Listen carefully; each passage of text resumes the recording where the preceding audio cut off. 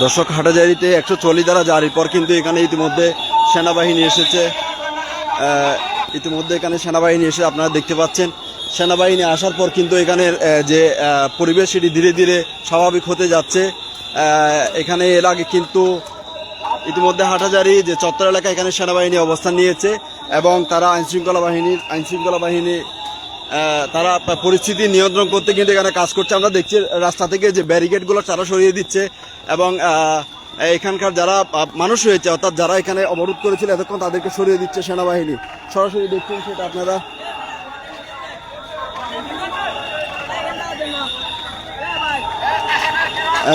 দর্শক দেখছেন,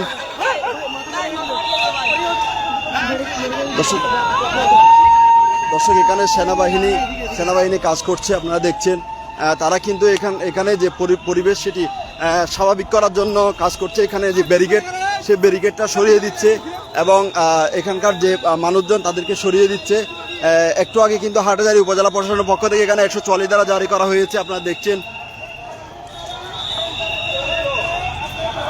এখানে সেনাবাহিনী অবস্থান নিয়েছে এবং তারা পরিস্থিতি স্বাভাবিক করার জন্য কাজ করছে। এখানে চট্টগ্রাম জেলা ম্যাজিস্ট্রেটও রয়েছে, এখানে আমরা দেখছি।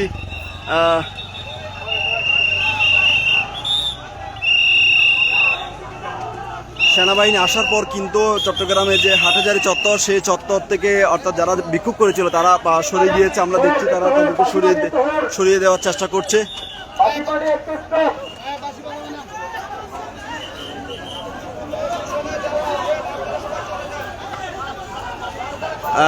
আগামীকাল বিকেল 3টা পর্যন্ত এলাকায় 140 ধারা জারি করেছে হাটাজারি উপজেলা প্রশাসন। ইতিমধ্যে এখানে আমরা দেখছি সেনাবাহিনীর বেশ কিছু সংখ্যক সদস্য এখানে তারা অবস্থান নিয়েছে।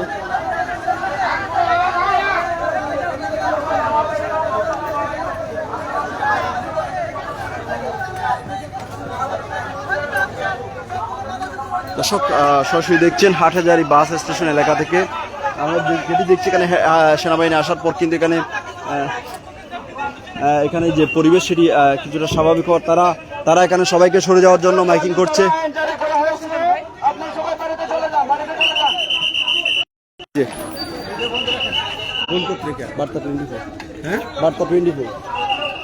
আপনি একা বলতে ভাই, আমি ক্যামেরা কোথায়? এই যে আমি মোবাইল জার্নালিস্ট, মানে আমরা মোবাইলে কাজ করি। আপনারা আসছেন বিদে আমার একটু আগে মোবাইল কিনে আপনারা লাইভে দেখেন ওরা কি অবস্থা করছে। দর্শক, এখানে আসলে সেনাবাহিনী পরিস্থিতি স্বাভাবিক করার জন্য এখানে কাজ করছে, আপনারা দেখছেন। তাদেরকে সরিয়ে দিচ্ছে এবং যাতে পরিস্থিতি স্বাভাবিক থাকে সে কাজ করছে তারা।